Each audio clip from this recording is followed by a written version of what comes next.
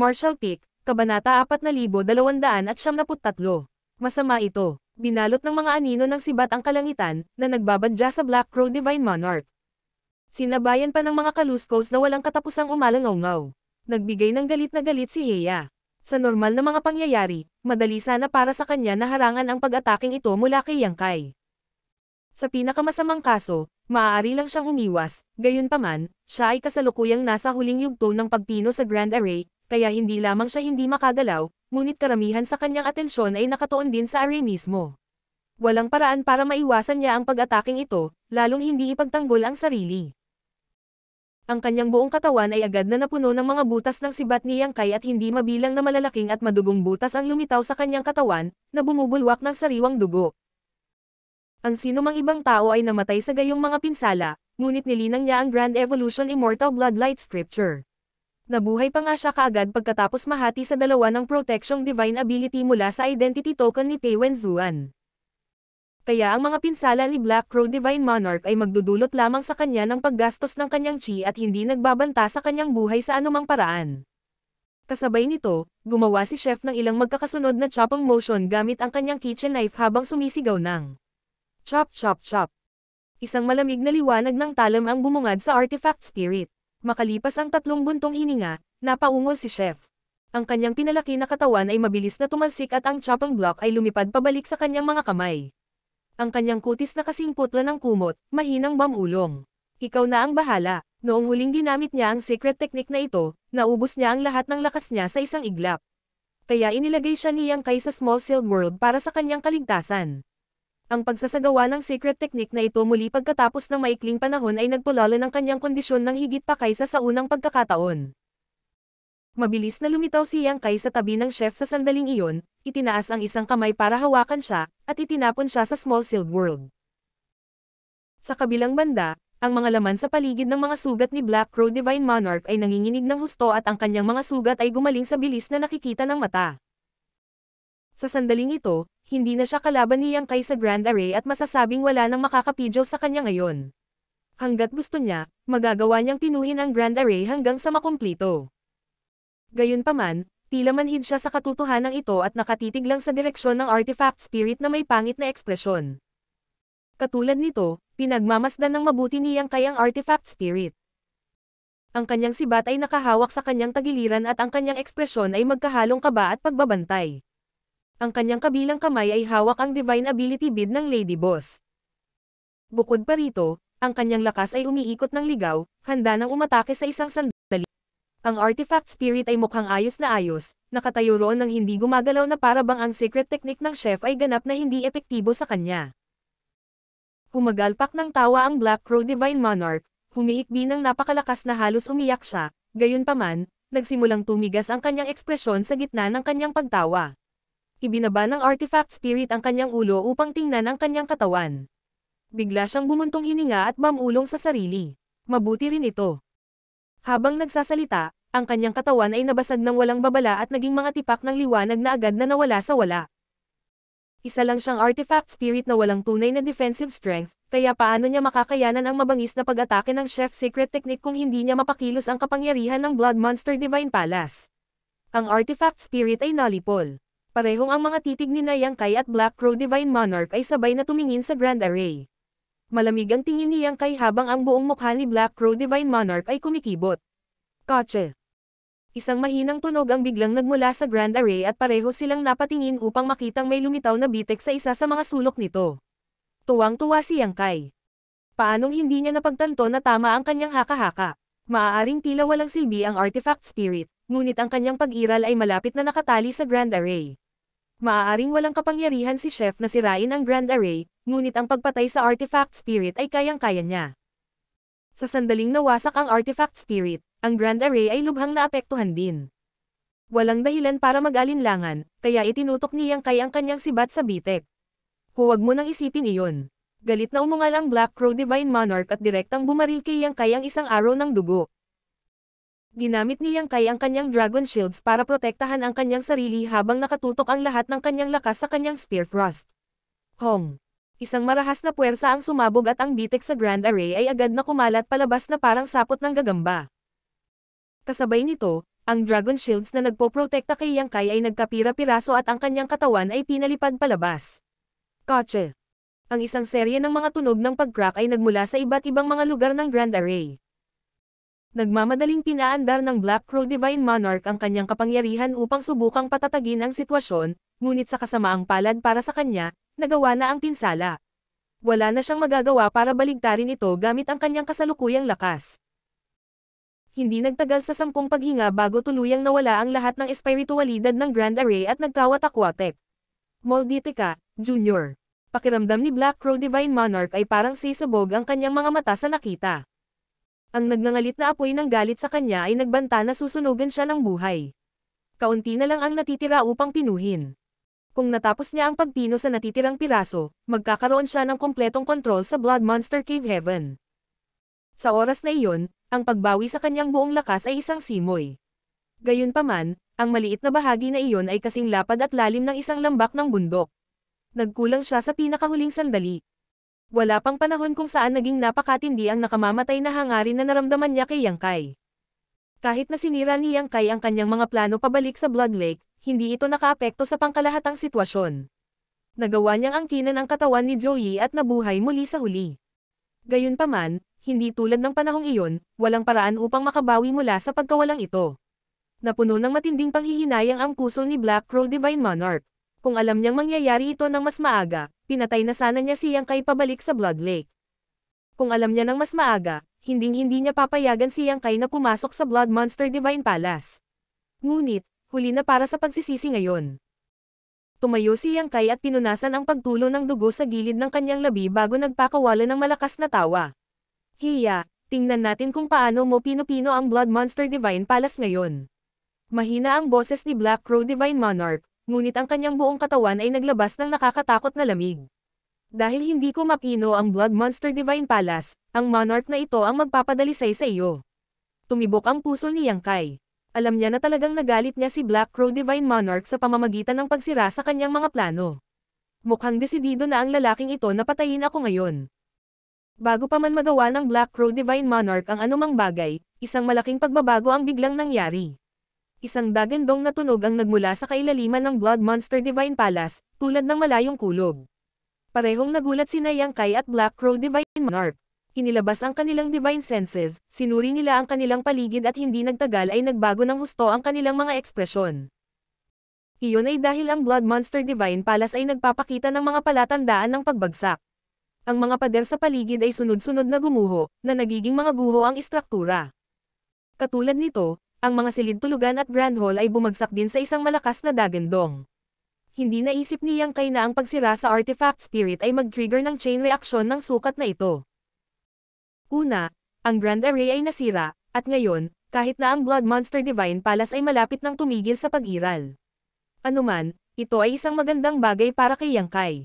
Ang kanyang mga kaibigan ay nakulong sa loob ng kakaibang Nothingness Array na iyon at hindi nila nagawang palayain ang kanilang mga sarili, kaya kung ang Blood Monster Divine Palace ay nawasak, pagkatapos ay maibabalik nila ang kanilang kalayaan. Sa pag-iisip na iyon, lumiwanag ang anyo ni Yang Kai habang ang kanyang boses ay nananatili sa hangin. Hiya, ililigtas ko ang iyong buhay ngayon. Papatayin talaga kita kapag nagkita tayong muli. Paano pahihintulutan ng Black Crow Divine Monarch na makatakas si Yang Kai? Siya ay umungal. Huwag kang mangarap na makatakas. Saglit na nang inig ang kanyang buong katawan at lumitaw ang isang ulap ng dugo na hamarang sa buong kalangitan. Gayunpaman, si Yang Kai ay bihasa sa Dao of Space, kaya kung determinado siyang tumakas, walang paraan para pigilan siya ng Black Crow Divine Monarch nang hindi tinatakan ang mundo ng maaga. Si Yang Kai ay nawala sa isang kisap mata, naiwan si Black Crow Divine Monarch na galit na halos maubos siya ng dugo bilang tugon. Ang dahilan kung bakit tumakas si Yang Kai ay hindi dahil sa takot niya sa Black Crow Divine Monarch. Maaaring makapangyarihan ang matandang aso, ngunit hindi pa siya isang Heaven Opening Realm Master. Kung ito ay dumating sa isang away, ni isa sa kanila ay hindi lalabas ng hindi nasaktan. Sa kaligtaran, iniisip ni Yang Kai na ang Blood Monster Divine Palace ay naglalaman ng maraming kayamanan. Ngayong nasa bingit na ito ng pagbagsak, sabik siyang gumawa ng huling paghahanap para makita kung may mahahanap pa siyang ibang bagay na may halaga. Halos wala na siyang oras para maghanap ng tuluyang bumagsak ang buong Blood Monster Divine Palace. Isa-isa, Maraming silwete ang biglang lumitaw sa unang lambak ng bundok, bawat isa sa kanila ay nasa isang kahabag-habag na kalagayan. Ang lahat ng mga taong ito ay nakapasok sa Blood Monster Divine Palace, ngunit ang kanilang sitwasyon ay iba sa kay Yang Kai. Nakulong sila sa loob ng mundo ng puti mula sa sandaling pumasok sila sa Blood Monster Divine Palace, hindi masabi ang north mula sa south o makahanap ng exit. Umasa si Yang Kai sa kapangyarihan ng kanyang Golden Crow True Fire at sa patnubay ng Remnant Soul na tinulungan niya para makawala sa arena iyon, ngunit ang iba ay walang lakas o swerte na gawin iyon. Hanggang sa sandaling ito nang tuluyang gumuho ang Blood Monster Divine Palace na sila ay napalaya. Pagtingin sa paligid, walang bakas ng Blood Monster Divine Palace. Ang natitira lang sa harap nila ay isang malaking kasiraan. Kaya naman, hindi nila maiwasang makaramdam ng pagkagulat. Walang nakakaalam kung ano ang nangyari kanina, ngunit bago sila makabawi sa kanilang pagkagulat, nakarinig sila ng mapanglon na dagandong. Kaagad pagkatapos noon, bumalot sa kanila ang napakalaking aura. May sumigaw sa takot. Ito ang Star Turtle. Ang 7th grade monster beast ay nagbabantay pa rin sa lambak ng bundok. Dahil nawala ang lahat ng kanyang target nang tumakas ang lahat ng mga cultivators sa Blood Monster Divine Palace dati, paano ito makakapigil kapag nakita nitong muling lumitaw ang mga taong ito? Hindi mabilang na mga sinag ng dilaw na liwanag ang bumaril na parang unos ng mga palaso, na nagpaulan sa mga cultivator. Marami sa mga cultivator ang nahuli at halos mawalan ng buhay dahil dito. Ang Star Turtle ay dati nang napigilan dahil sa pagsisikap ni Yang Kai at ng kanyang mga kaalyado, hindi pa banggitin na inihanda na nila ang kanilang sarili ng maaga. Ang mga kasalukuyang kaganapan ay nangyari ng biglaan kahit na walang sino man sa kanila ang makakapigil sa lakas ng 7th grade monster beast na ito. Hindi mahalaga kung ang mga disipulo mula sa Cave Heavens at Paradises o ang mga cultivator mula sa mas mahihinang puwersa. Lahat sila ay mabilis na tumakas para sa kanilang buhay. Si Yang Kai ay lumilipad din sa oras na iyon nang makita niya sina Ku Huashang at Gupan. Ang bawat isa sa kanila ay tumatakas sa iba't ibang direksyon. Si Zhang Ruoshi ay sumusunod ng malapit sa tabi ni Gupan. Malamang na nahanap ni Gupan si Zhang Ruoshi sa sandaling makalaya sila mula sa Spirit Array. Sasama na sana si Yang Kai sa kanila nang may lumitaw na ulap ng dugo sa kanyang harapan. Ang ulap ng dugo ay nagbago sa galit na mukha ni Black Crow Divine Monarch at ang kanyang mga mata ay naghanap sa paligid habang ang kanyang mga alulong ay umalangaw. Bata, magpakita ka. Matiag ang bastos. Medyo inis si Yang Kai. Alam niyang hindi siya pababayaan ng Black Crow Divine Monarch sa pagkakataong ito, kaya tumigil siya sa pagsisikap na habulin si Gupan at ang iba pa. Sa halip, tinawag niya ang Shadowless Veil at tinakpan ang kanyang sarili, itinago ang sarili sa isang iglap. Ang Shadowless Veil ay isang ganap na hindi magagapi na artifact sa Blood Monster Cave Heaven. Imposibleng matrace ng sino man sa ibaba ng mid-grade opening heaven realm, lalo na ang Black Crow Divine Monarch na isa lamang remnant soul na walang ganoong kalakas na divine sense. Habang pinag-iisipan ni Yang Kai kung dapat ba siyang kumuha ng pagkakataon na maglunsad ng palihim na pag-atake sa Black Crow Divine Monarch, ang mundo ay gumuho. Sinundan ito ng nakakabinging tunog. Ang malalaking bitik ay biglang lumitaw sa buong kalangitan na parang mabangis at nakakatakot na sugat. Hindi lang iyon, nagmula rin sa malalim na ilalim ng lupa ang tuloy-tuloy na ugong. Ang hindi mabilang na malalaking bangin ay biglang lumitaw, na ginagawang mga kanya ng maraming lugar na libu-libong metro ang lalim. Nahati ang mundo at dumagundong ng marahas. Ang mga bitik at bangin ay patuloy na lumalawak palabas habang kasabay nito, mas maraming galos ang lumitaw sa kalangitan. Natulala si Yang Kai saglit. Matagal bago niya napagtanto kung ano ang nangyayari ngunit sa sandaling nalaman niya, isang mapait na lasa ang napuno sa kanyang bibig habang siya ay bamulong. Masama ito. Hindi niya akalain na ang chain reaction mula sa pagpatay sa artifact spirit ay hindi pa tapos. Hanggang sa sandaling ito ay lumitaw ang tunay na lawak ng mga kahihinatnan. Ang buong Blood Monster Cave Heaven ay malapit ng guho. Sa pag-iisip muli, hindi ito nakakagulat. Gusto ni Black Crow Divine Monarch na pinuhin ang Blood Monster Divine Palace para maagaw ang kontrol sa Blood Monster Cave Heaven. Nangangahulugan iyon na ang Blood Monster Divine Palace ang core ng Blood Monster Cave Heaven. Ngayong nawasak na ang Blood Monster Divine Palace, makatuwirang maaapektuhan din ang Blood Monster Cave Heaven. Kung ang Blood Monster Cave Heaven ay naging ganap na matatag, maaaring hindi ito masyadong naapektuhan. Sa kasamaang palad, ang Blood Monster Cave Heaven ay nagpapakita na ng mga senyales ng pagbagsak nitong mga nakaraang taon. Ang pagkasira ng Blood Monster Divine Palace ay ang huling dayami na nakabasag sa likod ng kamelyo. Marshall Peak, Kabanata 4274. Gusto mo bang mabuhay? Noong unang lumitaw ang Blood Monster Cave Heaven, iisa lang ang pasukan. Ang pasukan na iyon ay mahigpit na kinokontrol ng mga pangunahing Cave Heavens at Paradises. Ang mga disipulo lamang ng Cave Heavens at Paradises ang may karapatang pumasok sa Blood Monster Cave Heaven upang magsanay, magkaroon ng karanasan, at maghanap ng mga kayamanan. Gayunpaman, sa paglipas ng panahon, ang Blood Monster Cave Heaven ay naging mas hindi matatag. May mga senyales na ito ay unti-unting sumanib sa Blood Monster Territory. Ang pinakahalatang senyales ay ang parami ng paraming pasukan ay lumilitaw. Ito ang resulta ng magkabilang mundong nagbanggaan at nagkadikit sa isa't isa. Dahil dito, naging mahirap para sa Cave Heavens at Paradises na mapanatili ang kontrol sa mga pasukan. Unti-unting naging sitwasyon ang mga bagay na katulad ng nangyari noong pinakahuling binuksan ang Blood Monster Cave Heaven. Ang bawat isa ay mag-ookupa ng pwesto sa Blood Monster Territory at maghihintay na lumabas ang mga pasukan upang makapasok sa Blood Monster Cave Heaven. Ang pagbubukas ng Blood Monster Cave Heaven ay naging isang malaking kaganapan sa buong 3,000 mundo, na umaakit sa hindi mabilang na mga cultivator sa lugar na ito. Sa anumang kaso, hindi may kakailan na ang Blood Monster Cave Heaven ay naging hindi matatag. Ito ay isang bagay na binanggit din ni Momi at ng iba pa mula sa Abundance City. Isang araw, ang Blood Monster Cave Heaven ay magsasama-sama sa Blood Monster Territory at mawawala dito. Kapag nangyari iyon, ang Universe Cave Heaven na naiwan ng isang 8th grade Heaven Opening Realm Master ay ganap na malalantad sa labas ng mundo. Ang pagbagsak ng Blood Monster Divine Palace ay nagpabilis lang sa timeline. Sa pagbagsak ng mundo, kumalat sa lahat ng sulok ng Blood Monster Cave Heaven ang isang eksena ng paparating na apocalypse. Tuloy-tuloy na umugang ang mundo, parang umiiyak. Ang hindi mabilang na mga monster beasts na nagtatago sa kailaliman ng Blood Monster Cave Heaven ay tumakas para sa kanilang buhay sa isang gulat. Ang mga katutubong cultivator na naninirahan sa Blood Monster Cave Heaven ay tumangala sa langit, namumula ang mukha sa kawalan ng pag-asa na pumupuno sa kanilang mga kaluluwa. Ang kanilang mga ninuno ay banihag ng Blood Monster Divine Monarch, na pagkatapos ay nagtanim ng isang Blood Principles restriction sa kanila upang sila ay mabuhay at dumami lamang sa loob ng kanyang miniature universe. Kung hindi dahil sa Blood Principles restriction, sila sana ang pinakamasaya sa pagbagsak ng Blood Monster Cave Heaven. Iyon ay dahil sa wakas ay makakalaya na sila sa mga paghihigpit ng mundong ito at sa halip ay magtungo sa malawak na 3,000 mundo. Sa kasamaang palad, sila ay nakulong sa mundong ito at hindi makaalis dahil sa Blood Principles restriction sa kanilang mga katawan. Sa sandaling tumigil sila sa pagtanggap ng pagkain mula sa aura ng Blood Monster Cave Heaven, mamamatay silang lahat. Sa lambak ng bundok kung saan dating nakatayo ang Blood Monster Divine Palace, ang Black Crow Divine Monarch ay naglibot bilang isang ulap ng dugo upang hanapin si Yang Kai. Kahit saan siya magpunta, nag-iwan siya ng matinding takot sa kanyang kalagayan. Hindi mabilang na mga cultivator ang may mahalagang diwa ng kanilang mga katawan na kinain niya at namatay sa lugar.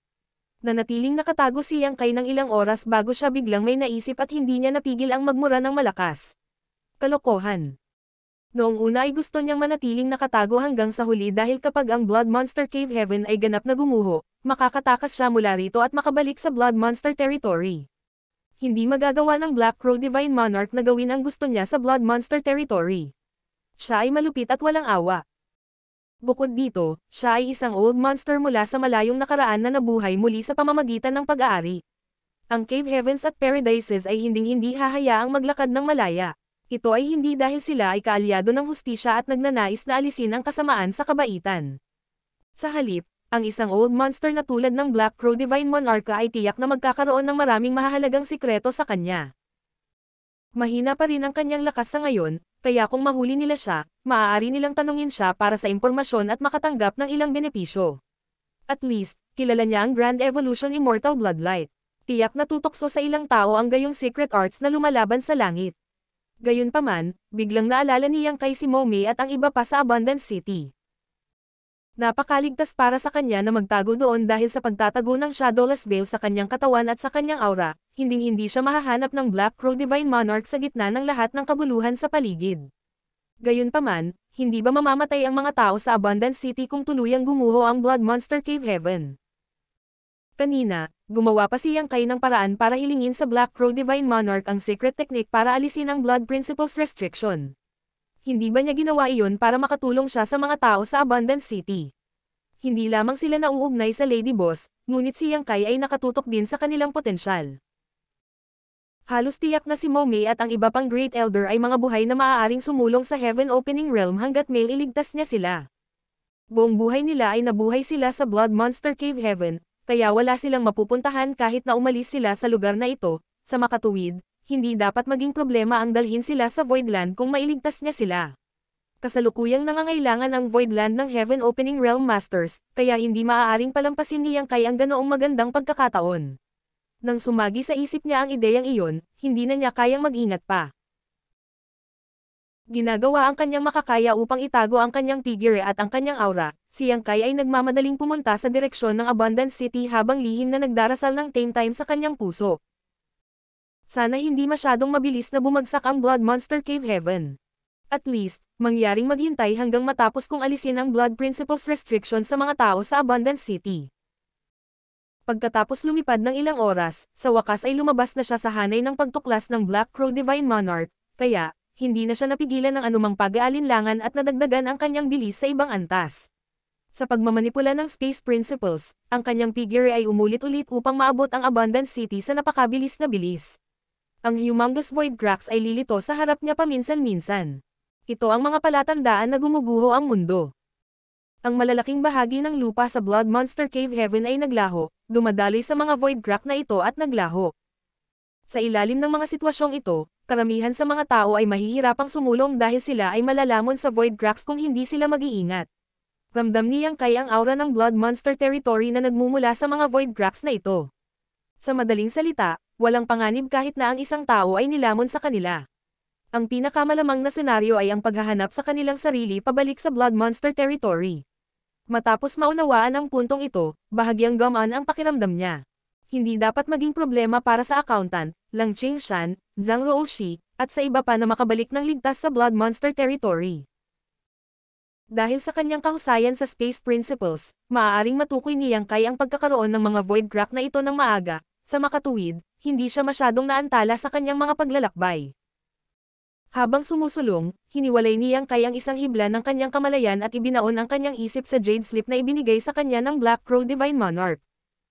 Sinulyapan niya ang mga nilalaman ng jade slip kanina, at batay sa kanyang pundasyon sa Bloodlight Scripture salamat sa ilang mga kabanata na naintindihan niya dati, maaari niyang kumpirmahin na ang mga nilalaman ng jade slip ay totoo at ang impormasyong ito ay maaari nga, tanggalin ang Blood Principle Restriction.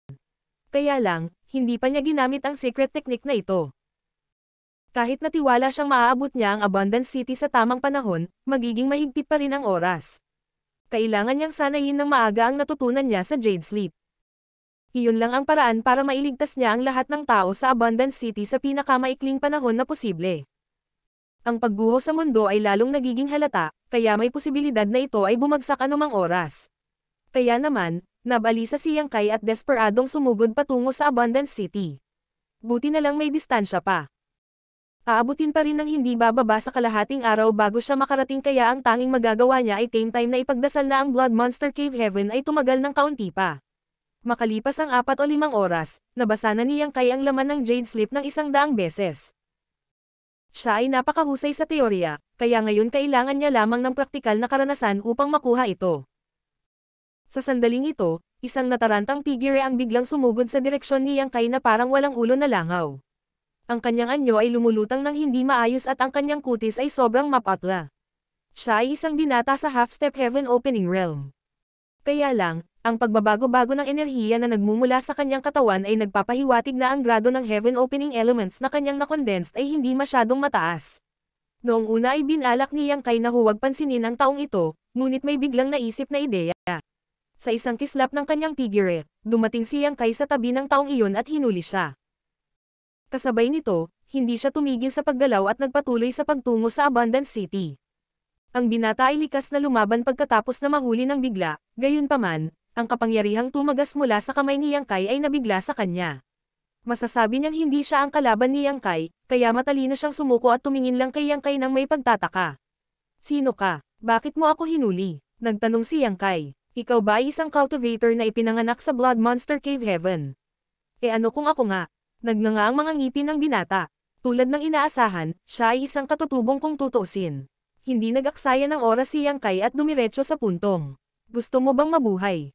Natigilan ang binata habang iniisip niya ang sarili. Hindi ba't isang hanggal na tanong iyon? Gayunpaman, mapait niyang sinagot. Sino ang gugustuhing mamatay kung mabubuhay sila? Tumanggo si Yang Kai. Mabuti. Gusto kong magsagawa ng eksperimento sa iyo. Kung ito ay gumagana, mabubuhay ka. Kung hindi, bumantong hininga ang binata at malungkot na sinabi. Hindi ko alam kung ano ang gusto mong gawin, ngunit hindi mo kailangang sayangin ang iyong lakas. Ikaw ay isang bisita sa outer world, tama ba? Natatakot ako na hindi mo alam, ngunit ang mga nakatira sa Blood Monster Cave Heaven ay may restriction na inilagay sa ating bloodline. Hanggat umiiral ang paghihigpit na ito, hinding-hindi tayo makakaalis sa Blood Monster Cave Heaven. Agad tayong sisabog at mamamatay ng walang sustansya ng aura ng mundo na ito. Ngayong malapit nang gumuho ang Blood Monster Cave Heaven, maaari na lamang nating hintayin na dumating sa atin ang ating kamatayan. Alam ko ang tungkol sa Blood Principle Restriction. Ang gusto kong gawin ay alisin ito. Napatulala ang binata, ngunit kaagad pagkatapos, nagliwanag ang kanyang mga mata. Mayroon ka bang paraan para alisin ang Blood Principles Restriction? Noong una ay naisip niya na ang tanging pagpipilian niya ay maghintay sa kamatayan. Ang lahat ng mga cultivator na nakatira sa Blood Monster Cave Heaven ay narinig mula sa kanilang mga elder na sila ay mamamatay kasama ng Blood Monster Cave Heaven kapag ang lupaing ito ay tumigil na sa pag-iral. Iyon ay dahil ang Blood Principles Restriction ay agad nagagana ng walang sustansya ng aura ng Blood Monster Cave Heaven. Nang mangyari ang mga pagbabago sa mundo at dumating ang apocalypse, lahat ng mga katutubong cultivator na naninirahan sa Blood Monster Cave Heaven ay biglang napagtanto na ang binanggit ng kanilang mga elder ay malapit ng magkatotoo. Sa kasamaang palad, ang tanging magagawa nila ay pahabain ang kanilang namamatay na hininga. Nang tumakas siya sa kanyang tirahan, hindi niya akalain na makakatagpo siya ng taong may kakayahang tanggalin ang Blood Principles Restriction. Natural lang na tuwang-tuwa siya. Oo, ngunit, wala akong ideya kung ito ay gagana. Sumagot ng totoo si Yang Kai. Hindi pa siya nag-eksperimento sa secret technique sa Jade Sleep pagkatapos ng lahat. Ang mga langit lang ang nakakaalam kung may nagawa ang Black Crow Divine Monarch sa secret technique, kahit na maliit ang posibilidad. Sige, subukan mo. Sa pinakamasamang kaso, mamamatay na lang ako kapag hindi gumana. Mabilis na sabi ng binata. Noong una ay naisip niya na walang paraan upang makatakas sa kamatayan. Ngunit ngayon, isang pagkakataon para sa kaligtasan ay lumitaw sa harap niya. Natural lang na mahigpit niyang hinawakan ang pagkakataong ito. Malumanay na tumanggo si Yang Kai. Kung ganoon, makipagtulungan sa akin at huwag lumaban. Habang nagsasalita, pinutol ni Yang Kai ang dulo ng kanyang daliri at piniga ang isang patak ng dugo. Pinisil niya ang kanyang palso, ginawang ambon ng dugo ang patak ng dugo. Pagkatapos nito, ginamit niya ang isang kamay upang gabayan ang ambon ng dugo upang ito ay nabuo sa isang misteryosong selyo. Pumunta ka. Itinaas ni Yang Kai ang kanyang kamay at tinampal ang selyo sa noo ng binata. Bumaon ang selyo sa katawan ng binata at nawala. Bahagyang nanginig ang katawan ng binata, pagkatapos, isang hindi maipaliwanag na tingin ang lumitaw sa kanyang mga mata. Paano ito? Nag-aalalang tanong ni Yang Kai. Kinagat ng binata ang kanyang mga labi. Hindi ko masasabing sigurado, ngunit medyo nakahinga ako ng maluwag para sa ilang kadahilanan. Lumiwanag ang mga mata ni Yang Kai. Medyo nakaka-relax pa. Kung may nararamdaman siya, ibig sabihin lang nito ay gumagana ang secret technique. Marshall Peak, Kabanata 4295. Pagbagsak ng Universe Cave Heaven. Sinabi ng binata, hindi ko makumpirma kung ang Blood Principles Restriction ay tinanggal na o hindi. Malalaman ko lang kapag tuluyan ng gumuho ang lugar na ito. Kung hindi pa siya patay ng gumuho ang Blood Monster Cave Heaven, nangangahulugan iyon na hindi na niya kailangan ang pagkain ng aura ng mundo na ito. Nangangahulugan din ito na gumana ang mga pamamaraan ni Yang Kai. Hindi na kailangan pang magulo. Ipapadala kita kung saan. Paano posibleng maghintay si Yang Kai hanggang sa gumuho ang Blood Monster Cave Heaven? Magiging huli na ang lahat.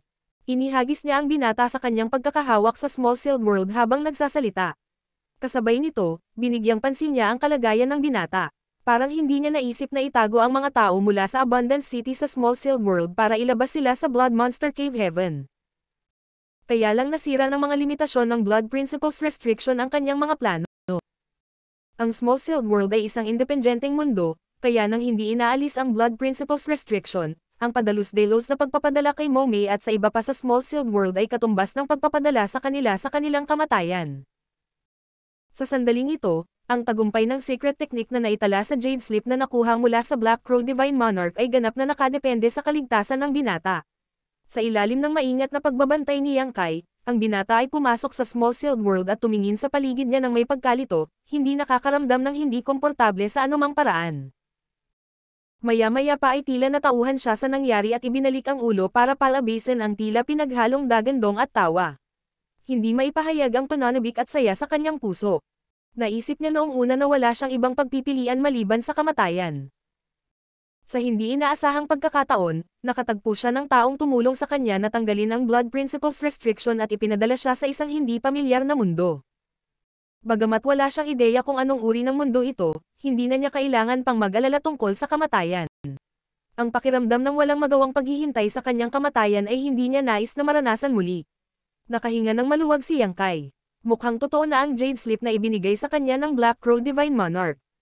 Ang secret technique na naitala sa loob ay hindi falsipikado. Sa pag-iisip muli, ito ay may katuturan. Napakaapura ng sitwasyon noong panahong iyon, kaya walang oras si Black Crow Divine Monarch na gumawa ng anuman pagkatapos niyang sabihin ang kanyang kahilingan. Ito ay isang bagay kung siya ay ganap na walang alam tungkol sa Bloodlight Scripture, gayunpaman, naunawaan niyang kay ang ilang mga kabanata ng Bloodlight Scripture. Kung pinalsipikan ng Black Crow Divine Monarch ang impormasyon, may pagkakataon na maaaring may napansin si Yang Kai. Bukod pa rito, ang secret technique na ito ay walang kaugnayan sa core secret art ng Bloodlight Scripture, kaya mas masaya ang Black Crow Divine Monarch na obligado.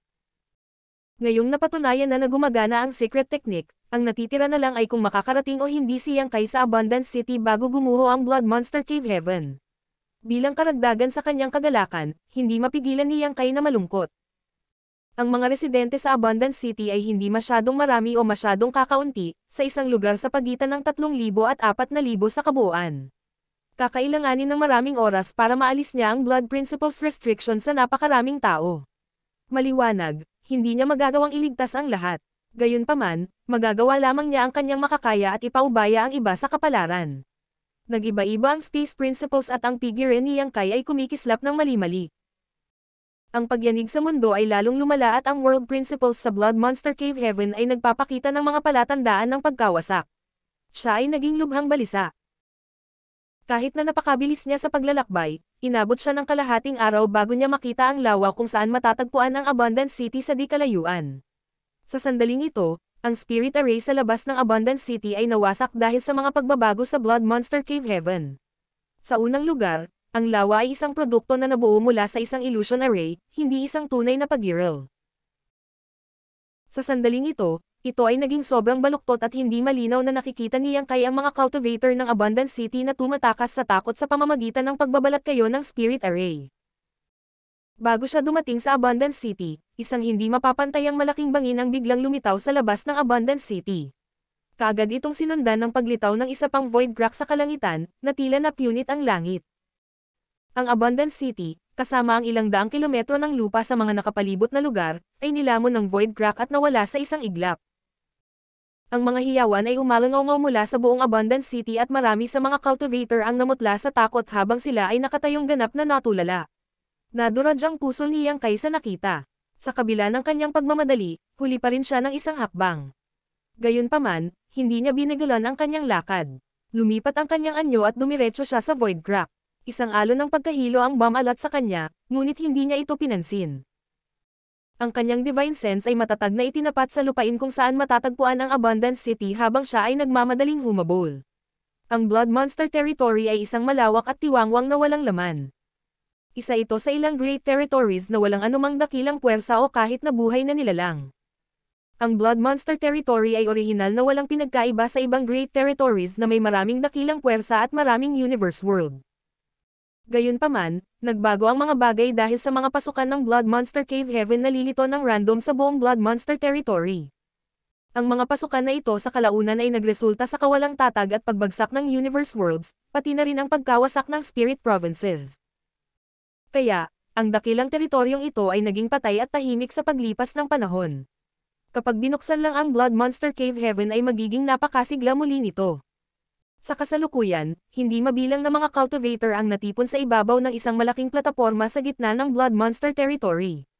Mayroong kasing daming Heaven Opening Realm Masters dito gaya ng mga buhok sa isang baka, kabilang ang marami sa mid-grade. Hindi alam kung sinong senior expert ang naglabas ng plataporma, ngunit naging base ito ng maraming cultivator. Ang mga Heaven Opening Realm Masters na ito ay nanguna sa kanilang mga disipulo dito upang lumahok sa Blood Monster Cave Heaven, at pagkatapos na makapasok ang kanilang mga disipulo, wala nang dahilan para maghintay sila ng walang ginagawa. Kaya, nagtipon sila dito at ang lugar na ito ay naging isang uri ng shopping district. Sa napakaraming Heaven Opening Realm Masters na nagtipon, ang pakikipagkita sa mga kaibigan o pagdaraos ng exchange meeting ay isang magandang paraan upang magpalipas ng oras. Maaari pa nga silang makakuha ng ilang hindi inaasahang benepisyo sa lugar na ito. Sa sandaling ito, ang lahat ng mga cultivator sa shopping district ay nakatitig sa kawalan sa kanilang paligid dahil sa gulat. Kalahating araw na ang nakalipas, ang ilang hindi pangkaraniwang pagbabago ay tila naganap sa Blood Monster Territory. Nagsimula ito sa madalas na pagbabago-bago ng espasyo, na sinundan ng paglitaw ng malalaking void cracks. Maraming tao ang nakakakita ng sitwasyon sa loob ng Blood Monster Cave Heaven sa pamamagitan ng void cracks na ito. Lady Boss, anong nangyayari? Tanong ni Bai Qi na nakakunot ang noo habang nakatingin sa void crack na matatagpuan 1,000 kilometro ang layo. Hindi makapaniwalang seryoso ang ekspresyon ng Lady Boss habang pinagmamasdan niya ang sitwasyon saglit bago umiling.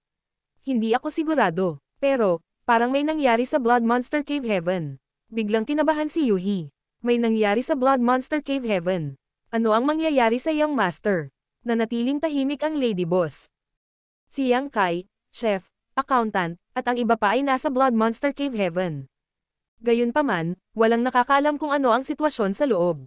Sa paghusga sa sitwasyon sa harap nila, may nangyaring malaking bagay. Matapos mag-isip-isip sa katahimikan sa loob ng ilang oras, ang Lady Boss ay naglabas ng ilang mga butil ng komunikasyon at nagpadala ng iba't ibang mga mensahe upang magtanong tungkol sa sitwasyon. Isang figure ang biglang lumipad mula sa di kalayuan at tumabi sa kanya. Ito ay ang lalaking may korona sa kanyang ulo mula sa Zuan Yuan Cave Heaven, Gouno. Tanong niya, Junior Sister Lan, alam mo ba kung ano ang nangyari? Sumulyap siya ng matagal sa kanya at ngumisi. Paano ko malalaman kung kahit ang Zuan Yuan Cave Heaven ay hindi alam? Gayunpaman, umiling siya. Ang First In ay kilala sa mga kakayahan nito sa pangangalap ng katalinuhan. Wala ka bang narinig tungkol dito? Maaaring naiinis sa kanya ang Lady Boss, ngunit wala siya sa mood na makipagtalo sa ngayon. Kaya naman, umiling lang siya bilang tugon.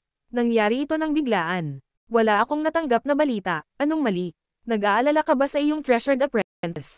Maaaring may mahusay na kakayahan ang batang iyon, ngunit wala siyang gaanong karanasan sa mga makamundong gawain. Hindi maiiwasan na mag-alala ako sa kanya. Napabuntong hininga si Gouno. Sa larangang ito, hindi madaling makahanap ng isang alagad na angkop na magmana ng kanyang mantle. Natural lang na ituring niya ang kanyang disipolo bilang isang kayamanan. Nagtanong si Bai Qi. Lady Boss, maaari bang magsara na ang Blood Monster Cave Heaven? Umiling si Gouno. Ang pagsasara ng Blood Monster Cave Heaven ay hindi lilikha ng ganoong kalaking kaguluhan. Ang kasalukuyang sitwasyon ay tila mas katulad. Tulad ng ano? Tanong ni Bai Qi. Walang sinabi si Gouno. Paimpol niyang sinulyapan ang Lady Boss, na same time na nagsalita. Mukhang gumuho ang Blood Monster Cave Heaven. Napatalon si Bai Qi sa takot at napabulalas sa gulat. Ang Blood Monster Cave Heaven ay gumuho.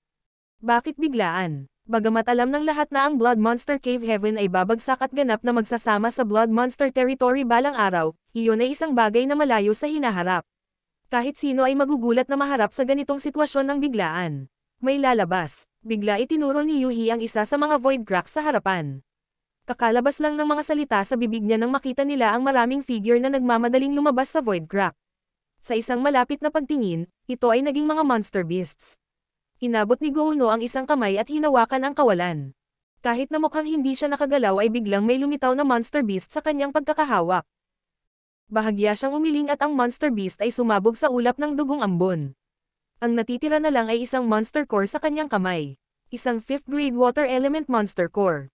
Ang monster beast na ito ay nagmula sa Blood Monster Cave Heaven. Maging ang monster beasts ay nagmamadaling lumabas sa Blood Monster Cave Heaven, na isang malinaw na indikasyon na ang Blood Monster Cave Heaven ay malapit ng gumuho. Hindi kalayuan sa likod ng mga monster beast na ito, isang malaking bundok ang lumulutang mula sa void crack. Ang mga monster beasts ay tumakas mula sa tuktok ng bundok, na iniwan ang ilang nanginginig na mga tao. Sa loob ng shopping district, isang master ang naging higanti at sumugod sa tuktok ng bundok upang ibalik ang mga cultivator na iyon sa shopping district. Ano ang nangyari sa loob ng Blood Monster Cave Heaven? May nagtanong. Ang mga cultivator na iyon ay nasa Emperor Realm lamang, na ang pinakamalakas sa kanila ay Half-Step Heaven Opening Realm Juniors lamang. Kaya naman, sa sobrang takot nila ay hindi na sila makapagsalita nang bigla nilang natagpuan ang kanilang mga sarili na napapalibutan ng isang malaking grupo ng mga Heaven Opening Realm Masters. Sa sandaling ito, isang 4th grade Heaven Opening Realm Master ang lumabas sa karamihan at ikinulong ang kanyang mga kamao sa lahat ng direksyon. Mga Ginoo, mangyaring maghintay sandali. Ito ang mga disipulo ng aking Heavenly Crane Palace. Ang Heaven Opening Realm Master na nagpabalik sa kanila ay nagsabi, "Huwag kang mag-alala. Ayaw naming magkagulo, may gusto lang kaming itanong." Pinunasan ng 4th grade Heaven Opening Realm Master ang malamig na pawis sa kanyang noo at kinausap ang mga batang cultivator. Sagutin ang anumang mga katanungan na maaaring itanong ng mga senior na ito. Huwag kang magtago ng kahit ano. Ang Heavenly Crane Palace ay isang second-class great force lamang. Higit pa rito, ito ay medyo mahina kahit na sa mga second class. Paano nang ahas ang lalaking ito na maging walang pakundangan sa harap ng mga masters na ito mula sa iba't ibang cave heavens at paradises? Natahimik ang mga disipulo nang makita ang isang elder mula sa kanilang sect. Kaya, ang nangungunang disipulo ay huminga at sinabi, "Ang disipulong ito ay walang ideya din kung ano ang nangyari. Nangangaso kami ng 5th grade monster beast nang biglang magwasak ang mundo ng walang babala. Pagkatapos, natagpuan namin ang aming sarili dito para sa ilang kadahilanan." Idinagdag ng isa pang disipulo, "Hindi mabilang na void cracks ang lumitaw sa kalangitan ng Blood Monster Cave Heaven. Maraming bangin din ang nahati sa lupa. Parang malapit nang masira ang Blood Monster Cave Heaven." Marami sa Heaven Opening Realm Masters ang naging solemn sa mga salitang iyon. Paanong hindi nila malalaman na ang Blood Monster Cave Heaven ay talagang malapit ng malaglag? Sa paghusga mula sa kasalukuyang sitwasyon, ang pagbagsak ng Blood Monster Cave Heaven ay hindi nangangahulugan ng pagpapatapon nito sa void, ngunit sa halip ay ang pagkalat nito sa Blood Monster Territory. Marshall Peak, Kabanata 4276. Walang naghihintay na oras sa sinuman. Maraming Heaven Opening Realm Masters ang nakatayo sa platform na may iba't ibang ekspresyon sa kanilang mga mukha. Ang iba ay nag-aalala habang ang iba ay nasa sabik. Nag-aalala sila sa kaligtasan ng kanilang mga alagad. Sa paghusga sa kasalukuyang sitwasyon, ang pagbagsak ng Blood Monster Cave Heaven ay hindi naiiwasan. Ang malawak na Blood Monster Cave Heaven ay tiyak na masira at maging hindi mabilang na mga piraso na nakakalat sa Blood Monster Territory. Ito ay isang hindi kilalang kadahilanan kung ang kanilang mga alagad ay makakabalik ng ligtas. Pagkatapos ng lahat, sila ay mawawala ng tuluyan kung sila ay nakulong sa loob ng void cracks. Sa kabilang banda, ang ilan ay nasasabik na ang Heaven Opening Realm Masters na tulad nila ay magkakaroon na ng mga kwalifikasyon para lumahok. Sa buong panahon, sa tuwing magbubukas ang Blood Monster Cave Heaven, ang mga responsibilidad ng Heaven Opening Realm Masters ay palaging ay escort ang kani-kanilang mga disipulo sa Blood Monster Territory, tahimik na hintayin na magsara ang Blood Monster Cave Heaven, at ibalik ang kanilang mga disipulo sa sekta. Mayroong maraming mahahalagang kayamanan sa loob ng Blood Monster Cave Heaven na naging dahilan upang maging berde ang kanilang mga mata sa inggit. Sa kasamaang palad, ang Blood Monster Cave Heaven ay isang Universe Cave Heaven na naiwan ng isang 8th grade Heaven Opening Realm Master. Sa mga paghihigpit sa lugar, walang paraan para makapasok na. Kung ang Blood Monster Cave Heaven ay talagang babagsak at ang hindi mabilang na mga bahagi ay sumanib sa Blood Monster Territory, kung gayon maaari silang maglibot upang maghanap para sa iba't ibang mga kayamanan na nagmula sa Blood Monster Cave Heaven. Kung wala na, kahit ang pagkuha ng high-grade Monster Beast Core ay kikita sila ng malaking halaga. Matapos makabawi mula sa kanilang pagkabigla, marami sa mga Heaven Opening Realm Masters ang agad na lumipad, dumiretso sa kailaliman ng Blood Monster Territory upang maghanap ng mga pagkakataon. Sa maikling panahon na ito, hindi mabilang na napakalaking void cracks ang lumitaw sa buong Blood Monster Territory, saka, ang napakalaking spirit peaks at malawak na spirit provinces ay lumabas sa void cracks. Tahimik silang lumutang sa kawalan ng Blood Monster Territory, na nagdagdag ng buhay sa patay at tahimik na espasyong ito. Di nagtagal, may mga Heaven Opening Realm Masters na umaaligid sa bawat spirit peak at spirit province sa paghahanap ng kayamanan. Ang mga nakahanap ng anumang bagay na mahalaga ay kakaunti at malayo sa pagitan. Ang Blood Monster Cave Heaven ay nabuksan ng maraming beses bago ang lahat, kaya ang karamihan sa mga mahahalagang kayamanan ay nakuha na. Siyempre, mayroon ding mga maswerte na nakahanap ng napakahalagang kayamanan pagdating nila. Magkagayunman, ang mga Heaven Opening Realm Masters na nakarating sa Spirit Provinces ay nagpahayag din ng mga hitsura ng malaking kagalakan sa kabila ng walang mahanap na anumang mahalaga. May sumigaw sa pagkamangha, ang siksik na World Force. Ang Blood Monster Cave Heaven ay isang Universe Cave Heaven na naiwan ng isang 8th grade Heaven Opening Realm Master. Natural lang na ang World Force na nilalaman nito ay hindi pangkaraniwan. Ang pinakapangunahing paraan para sa mga cultivator sa Heaven Opening Realm upang palakasin ang kanilang kapangyarihan ay upang pahusayin ang World Force ng kanilang miniature universe. Sa makatuwid, ang sinumang Heaven Opening Realm Master ay makikinabang ng malaki kung mapapadalisay nila ang World Force mula sa Blood Monster Cave Heaven. Kakailanganin lang ng mga cultivator na magkaroon ng mahusay na pagkakatugma sa pagitan ng sarili nilang miniature universe at ng World Force para mapinaw nila ang isang World Force na hindi sa kanila. Kunin halimbawa ang Old Ancestor Moyu. Ang dahilan kung bakit ang kanyang mga mata sa Demon Realm at sinubukang sakupin ito ay dahil ang aura ng Demon Realm ay lubos na tugma sa kanyang maliit na universo. Hindi lamang siya makakaranas ng mga malalaking disbentaha pagkatapos na pinuhin ang Demon Realm, ngunit gagaling din siya mula sa kanyang mga pinsala at pagbutihin ang kanyang cultivation sa napakaikling panahon. Sa kabilang banda, kung mababa ang kanilang compatibility, may mga mabibigat na epekto na maaaring magresulta sa pagiging hindi matatag ng sariling World Force o kahit na pinsala ay nagawa sa pundasyon ng kanilang miniature universe. Ang pagbubukas ng Blood Monster Cave Heaven ay isang magandang kaganapan na dumaan sa buong 3,000 mundo, kaya walang kakapusan sa mga cultivator na pumunta rito. Dahil dito, tiyak na may ilang mga tao na nakakatugon sa mga kondisyon sa pagpino. Tuwang-tuwa ang mga taong ito. Pagdating sa Spirit Peaks at Spirit Provinces, mabilis silang gumamit ng iba't ibang paraan upang kolektahin ang mga ito sa kani-kanilang maliit na universo upang dahan-daang pinuhin sa ibang pagkakataon. Kahit na ang karamihan sa mga tao ay hindi nakakatugon sa mga kondisyon ng pagpino, walang dahilan para sa kanila na palampasin ang Spirit Peaks at Spirit Provinces mula sa Blood Monster Cave Heaven. Kung ibabalik nila ang mga Spirit Peaks at Spirit Province na ito sa kanilang mga sect, ang World Force na nakapaloob sa loob ay maaaring lubos na mapahusay ang pamana ng kani-kanilang sects. Dahil doon, maraming labanan sa Spirit Peaks at Spirit Provinces ang sumiklab sa Blood Monster Territory sa napakaikling panahon. Ang Heaven Opening Realm Masters ay nakipag-away ng malupit sa kanilang mga sarili at ang ilan sa kanila ay mamamatay paminsan-minsan. Maging ang Lady Boss at ang iba pa ay nakiisa sa laban. Nagtipon sila ng ilang Spirit Provinces sa kani-kanilang maliit na universo at nilagyan ng selyo ang mga ito para magamit sa ibang pagkakataon. Ang miniature universe ng Heaven Opening Realm Masters ay lilipat lamang mula sa ethereal patungo sa corporeal kapag umaban sila sa high-grade Heaven Opening Realm. Sa puntong iyon, ang kanilang miniature universe ay hindi magiging iba sa aktwal na world universe at maaari pang tumanggap ng mga buhay na nilalang sa kanila. Gayunpaman, ang miniature universe ng mid-grade at low-grade Heaven Opening Realm Masters ay hindi rin basta mga dekorasyon. Noong unang pumasok si Yang Kai sa Outer Universe, naakit siya sa miniature universe ni Duanhai. Si Duanhai ay ang Fire Spirit Land Protector Venerable ng 7 Opening Land, ngunit siya ay nasa 4th grade Heaven Opening Realm lamang. Makikita na kahit na ang miniature universe ng mid-grade Heaven Opening Realm Masters ay kayang tumanggap ng mga buhay na nilalang hanggat ang ilang mga kondisyon ay natutugunan at ginamit ang mga diskarte. Ang pinagkaiba lang ay ang kanilang pamana ay hindi kasing ganda ng miniature universe ng high-grade Heaven Opening Realm Master. Ang Lady Boss at ang iba pa ay kumalat upang hanapin ang mga bakas ni Yang Kai at ng iba pa dahil sa kasalukuyan, ang Blood Monster Territory ay nasa kaguluhan. Si Yang Kai at ang iba pa ay wala pa sa Heaven Opening Realm, kaya wala silang paraan para protektahan ang kanilang sarili kung makatagpo sila ng panganib. Sa kasamaang palad, ang Blood Monster Territory ay isang great territory, kaya ito ay napakalawak.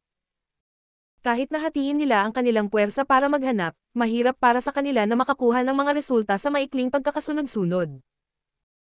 Dahil dito, maaari lamang nilang ikalat ang balita sa pag-asang makontak si Yang Kai at ang iba pa. Samantala, lumabas si Yang Kai sa Void Crack sa pagtugis sa Spirit Province.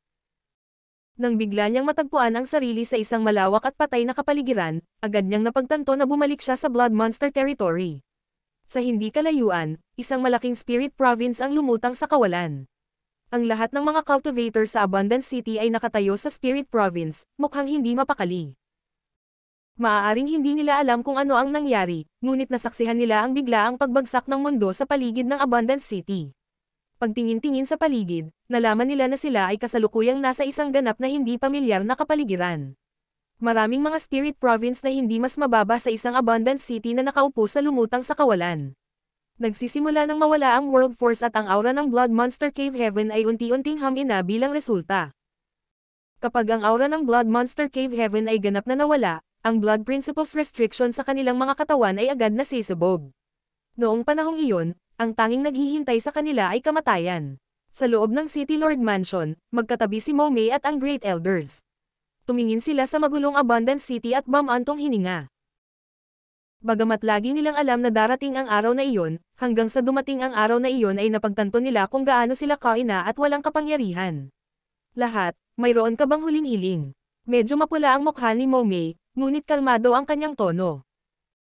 Siya ay maaaring ituring na isang tao na nalampasan ang maraming mga unos sa kanyang buhay, kaya ang kanyang kaisipan ay mas malakas kaysa sa karamihan. Kung hindi, imposible para sa isang babae na kunin ang posisyon ng City Lord. Bagamat literal na isang world-ending disaster ang nangyayari bago siya, hindi ito sapat para magpanik siya.